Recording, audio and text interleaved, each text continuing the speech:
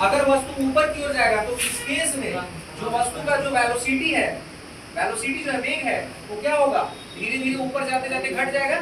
और इस केस में जी जो है से क्या होता है, माइनस होता है। ठीक है, गुरुत्वीय त्वरण क्या होगा, माइनस होगा। मतलब जो डिक्रीज करेगा वेग को, क्या करेगा, वेग को घटाएगा, उसको फाइनली रोकने की कोशिश करेगा। इसमें आ जाओ, जब वस्तु नीचे की ओर आएगा, तो जब वस्तु नीचे की ओर आएगा तो इस केस में वेलोसिटी क्या होगा, बढ़ेगा।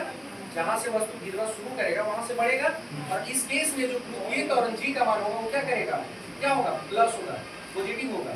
ठीक है, बात समझ में गया। अब चलिए देखिए,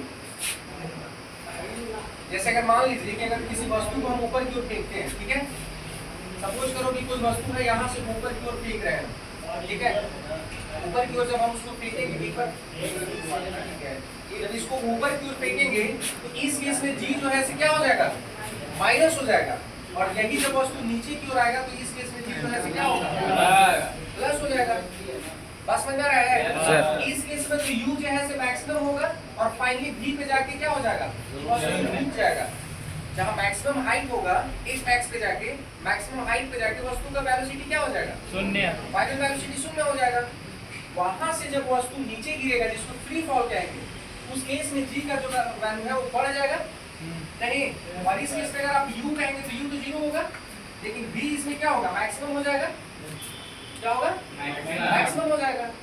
ठीक है, तो इस केस में v जो है से इंक्रीज करता है और u इस केस में क्या करता है, इंक्रीज करता है।